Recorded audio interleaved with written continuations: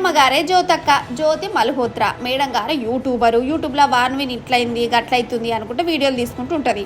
Madam గారికి లచ్చలల్లనే ఫాలోవర్లు ఉన్నారు. ఉండేది హర్యానా రాష్ట్రం, కానీ ఈమె పాకిస్తాన్ వాళ్ళకు పనిచేస్తుందట. ఇక్కడ ముచ్చట్లన్నీ అక్కడికి అందజేస్తుంది. ఉగ్రవాదుల దాడి ఎన్నడు జరిగినా అమ్మగారు దానికంటే ముందే ఆడానే తిరుగుతుందట్నోళ్ళ. ఇప్పటికే షానమట్ల మేడం పాకిస్తాన్ దిక్కు ఓడు అచ్చుడు చేసిందట. ఆపరేషన్ సింధూర్ తర్వాత కూడా పాకిస్తాన్ రాయబారి ఆఫీసులో డానిష్ అనే ఆఫీసర్తో మాట ముచ్చట పెట్టుకుంటున్నది.